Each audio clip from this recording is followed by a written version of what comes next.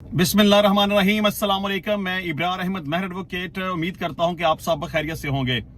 आज का सवाल ये है कि दौराने इद्दत अगर खामद की वफात हो जाए तो क्या इस सूरत हाल में बीवी को अपने खामद की वरासत में से हिस्सा मिलेगा या नहीं मिलेगा।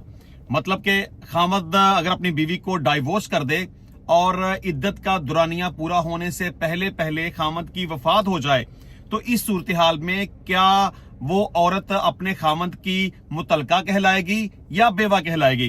तो टॉपिक की डिटेल में जाने से पहले मैं आपसे रिक्वेस्ट करूंगा कि कानून के किसी भी टॉपिक पे आप कोई भी सवाल पूछना चाहें तो पाकिस्तानी टाइम के मुताबिक रात 8 बजे से लेकर 10 बजे तक आप व्हाट्सएप के ऊपर कॉल करके सवाल पूछ सकते हैं। अच्छा जी, सवाल बड़ा इंपॉर्टेंट है कि खामद अपनी बीवी को तलाक दे दे और इद्दत का दुरानिया पूरा होने से पहले पहले अगर खामद की वफात हो जाए, इस सूरत हाल में क्या बीवी को अपने खामद की वरासत में से हिस्सा मिलेगा या नहीं मिलेगा। मतलब कि क्या वो अपने खामद की बेवा कहलाएगी या कि वो तलाक याफ्ता कहलाएगी। क्योंकि खामद के तलाक देने के बाद 3 महीने का इद्दत का दुरानिया होता है।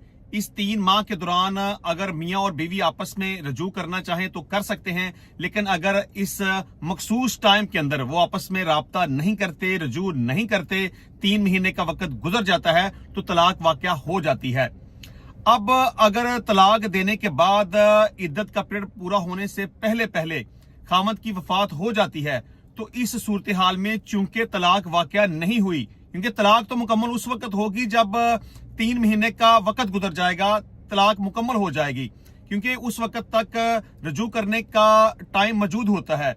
लेकिन अगर 3 महीने का टाइम पूरा ही नहीं हुआ तो इसका मतलब यह है कि तलाक वाकया ही नहीं हुई, उनके पास रजू करने का वक्त मौजूद था और इस दौरान खामद अगर वफात पा जाता है तो इसका मतलब यह है कि चूंकि तलाक वाकया नहीं हुई, लिहाजा उस औरत को अपने खामद की वरासत में से हिस्सा मिलेगा, क्योंकि उस वक्त तक वो अपने खामद की ज़ौजियत में थी।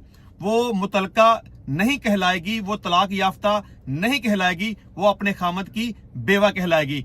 अगर औरत अदालत में तनसीख निकाह का दावा दायर करती है और उसको तनसीख निकाह की डिग्री भी मिल जाती है, इस सूरत हाल में भी इद्दत का दुरानिया पूरा होने से पहले खामद की वफात हो जाए या खामद अपनी बीवी को डाइवोर्स करे और इद्दत का दुरानिया पूरा होने से पहले खामद की वफात हो जाए तो इस सूरत हाल में बीवी को अपने खामद की वरासत में से बिल्कुल ऐसे ही हिस्सा मिलेगा जिस तरह से एक बीवी का राइट बनता है।